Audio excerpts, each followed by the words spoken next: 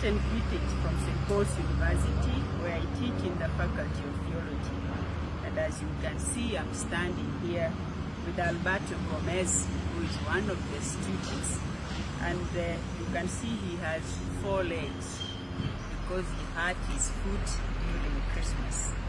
And so this morning he's standing here with me as I give this presentation or this Lenten speech. I am so delighted to speak this day as I rejoice about 2 milestones that have just happened over the past week in the continent and in the international scene. In the Anglican Church of Kenya, we have just appointed the first woman bishop, the Reverend Canon Dr. a faculty member of St. Paul's University and who comes from the Diocese of Ondo. On the international scene, we have just got the news that Ngozi Okonjo-Iweala has been appointed as the first woman as General Secretary of the World Trade Organization. I'm speaking, as you can see, from under a tree that was planted by the Laureate Wangari Maathai when she visited our university to speak about her work on environment and the role and place of women in society. She had not won the Nobel Peace Prize, but later she did. When she spoke to the team that she had come to visit, she talked about planting trees and the significance of trees and environment. Later, reading her book, I note how she talks about the trees, especially indigenous trees. In her book Unbound, she described how her mother taught her the importance of trees, and one of them was the fig tree. She says that she learned later that there was a connection between the trees, the fig tree's root system, and the underground water reservoirs. Her community had reverence for these trees, which helped to preserve the streams. The trees also held the soil together, reducing soil erosion and landslides. In her life and ministry, she always planted indigenous trees, hence the Green Belt movement. This tree, planted by her, is a symbol of her work, but also a reminder of us in the community about the significance of trees and the environment, marking significant events such as the TAMAR trees planted by a group of theologians when the TAMAR campaign was launched in Kenya.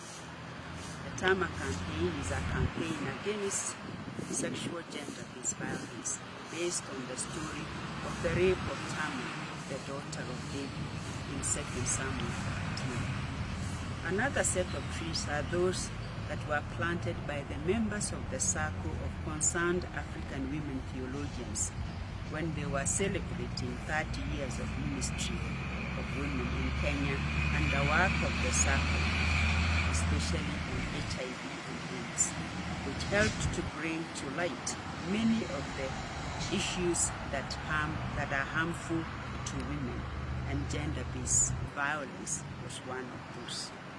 So speaking from under these trees is both going down memory lane, but it's also a way of reminding myself about the issues that are very real to our society today. These issues need to be dealt with, whether they are on environment or on human beings such as women. Until the dignity of all people is made known or is realized, we continue to look forward to when justice will roll down like a river and righteousness like an ever-flowing stream, as recorded in Amos 5:24. over the last year, COVID-19 has brought to light issues of social justice for us human beings in each part of the world. In some specific contexts, the challenges of COVID-19, which are health, have brought out also challenges of economics, alongside environmental challenges that have continued to grow, especially in Kenya over the last year, the invasion of locusts, drought leading to poor crops, and many people facing hunger.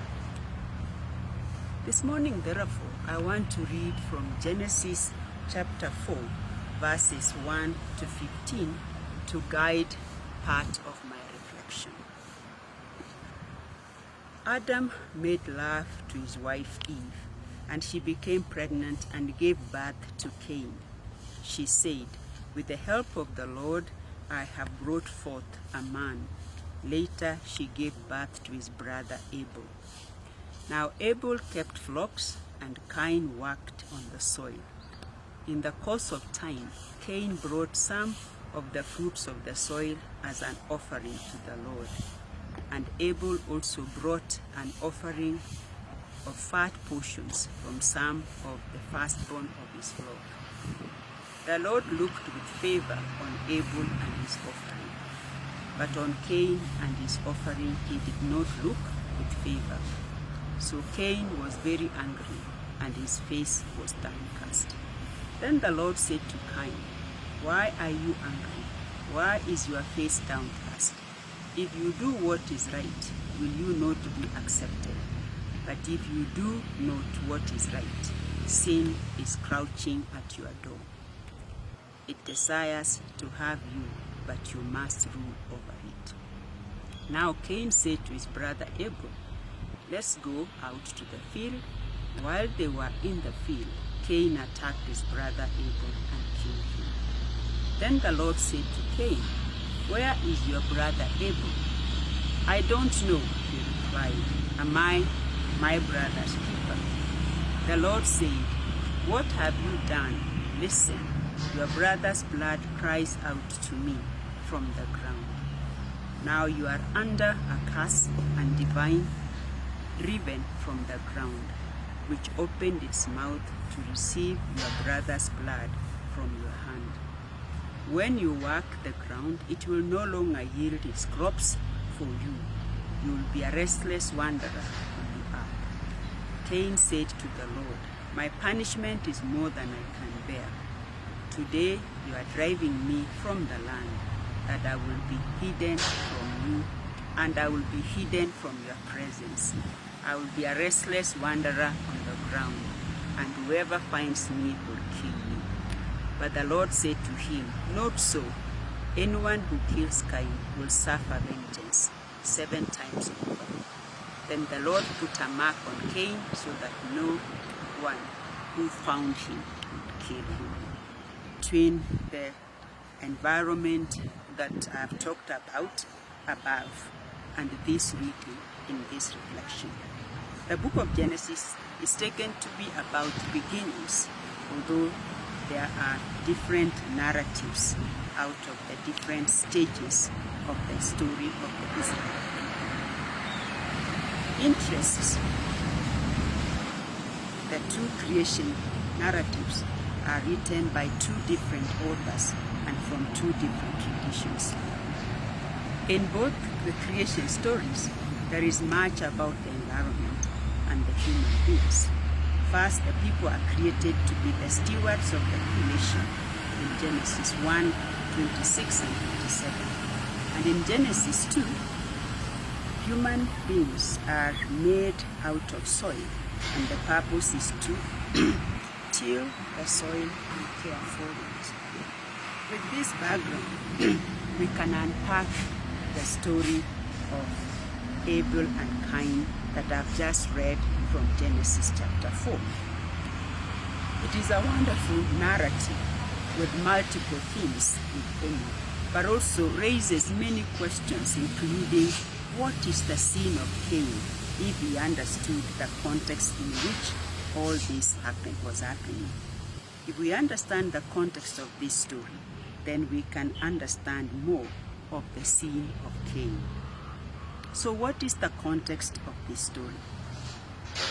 Archaeology has brought to light that in the 12th century BC, the Israelite people had little settlements in the hilltops of central Palestine. It was a tough space to live in. The soil was not fertile, and there were some instances when there was no rain at all. The problem with the soil in this space was not only that it was thin, but it made farming difficult. The problem with the climate was that there was very little rain in the year. It is indicated that there was little rain between February and March, and the rest of the year there was no rain. So to try and make a living as farmers in the hills, the Israelites had to work hard to conserve water. They built cisterns that they plastered and stored water, and this became their storage spaces. They also built stone walls across the hillsides. On the stone walls, they would put soil, making a kind of a shelf and a terrace a few yards further downhill. So the hillsides were transformed into what looked like staircases. These terraces would prevent the soil from being washed downhill.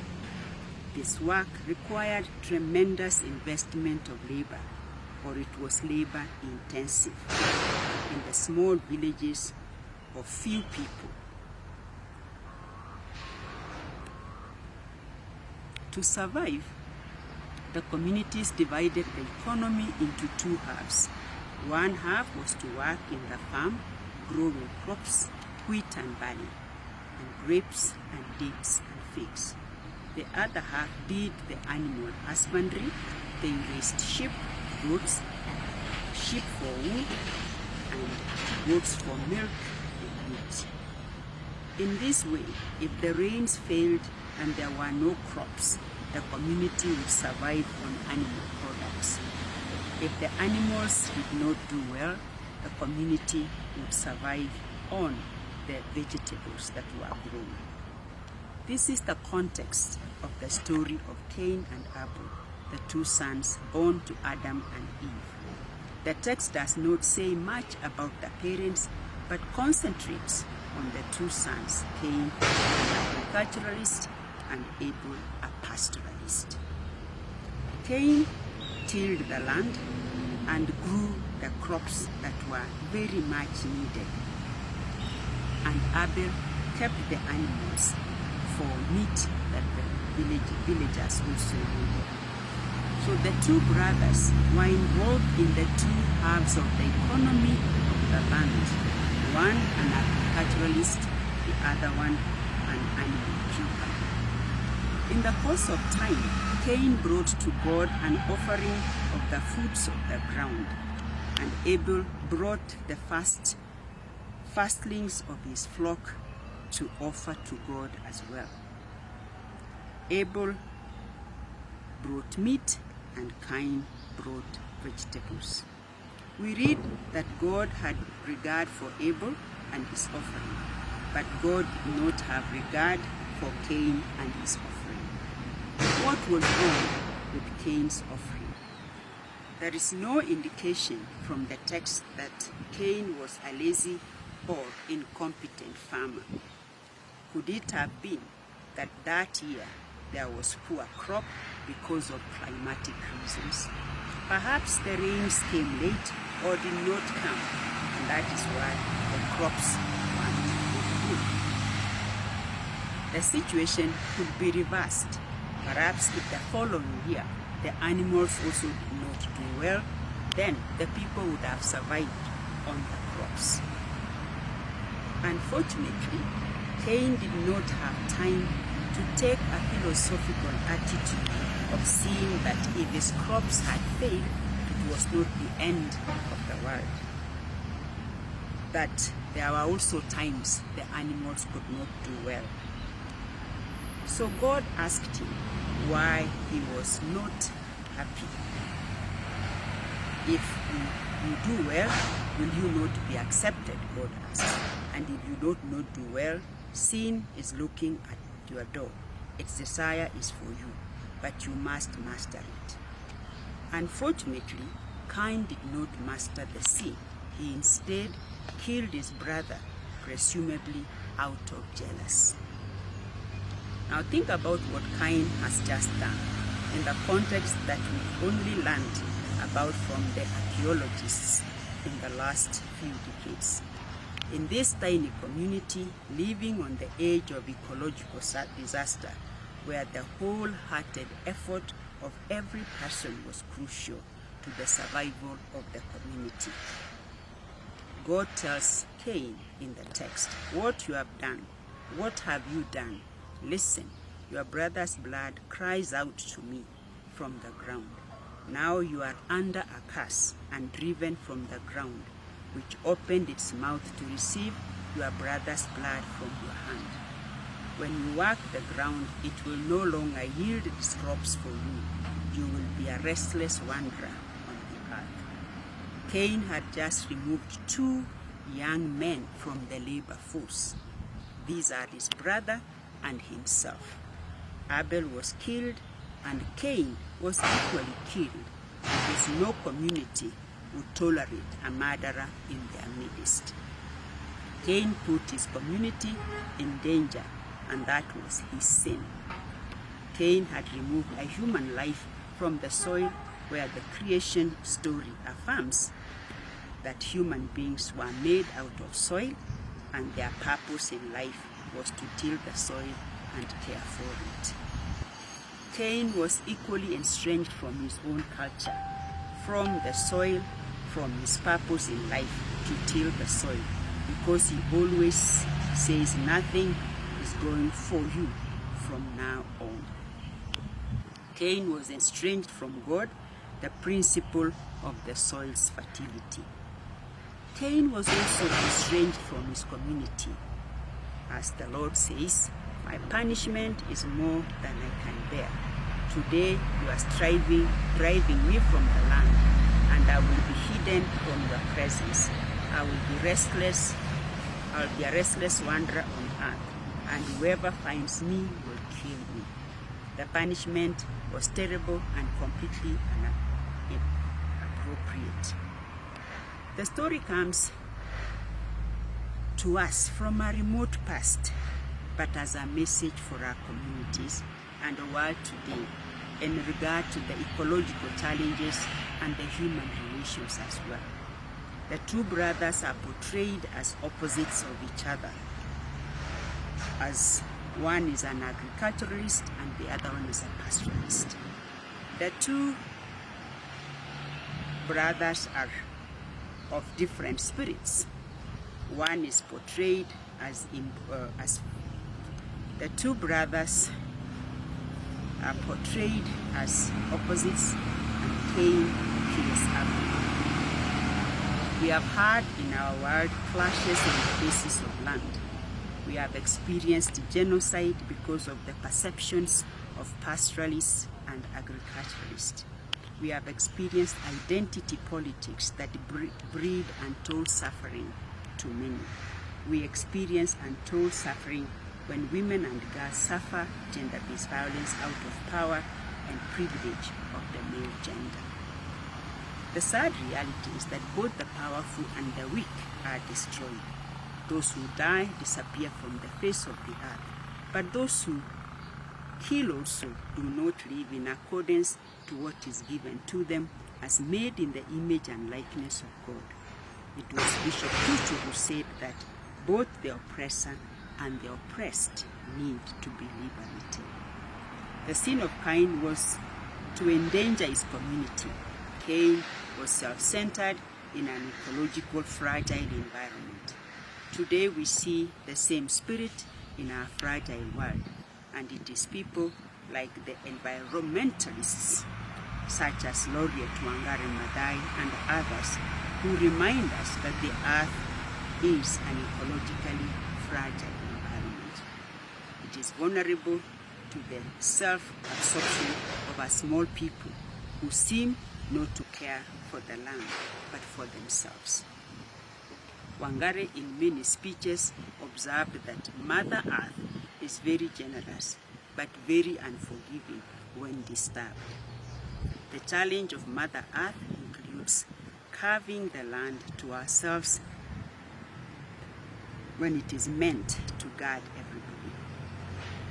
After a man who had amassed so much land died, a poor old person was found standing at his grave side asking, "After that land that you amassed from this region, you only needed 2.5 feet wide by 8 feet long for our grave." Thus the words of Gandhi becomes important when he said, "There is much in the world to feed our needs, but not much to feed our greed." We are created to be tillers of our land and to care for it. And if one exploits the land and its people, it means making a hole in a boat and allowing water to come into the boat. And when the boat sinks, all of us inhabitants will sink with it. Same as to the human beings, that taking care of the land means taking care of each other. COVID-19 has brought to light lots of sinful ways. For instance, the human-centeredness that deny others to live, an increase in gender-based violence and other social ills. Reading the story of Cain and Abel encourages us to pull together as the people in the Israelites' hilltop hills. The story also reminds us of our dependence and interdependence on the plants and animals that God has given to each other, that God has given to us to take care of. May we be challenged to be tillers of land and carers of each other as we care for the environment.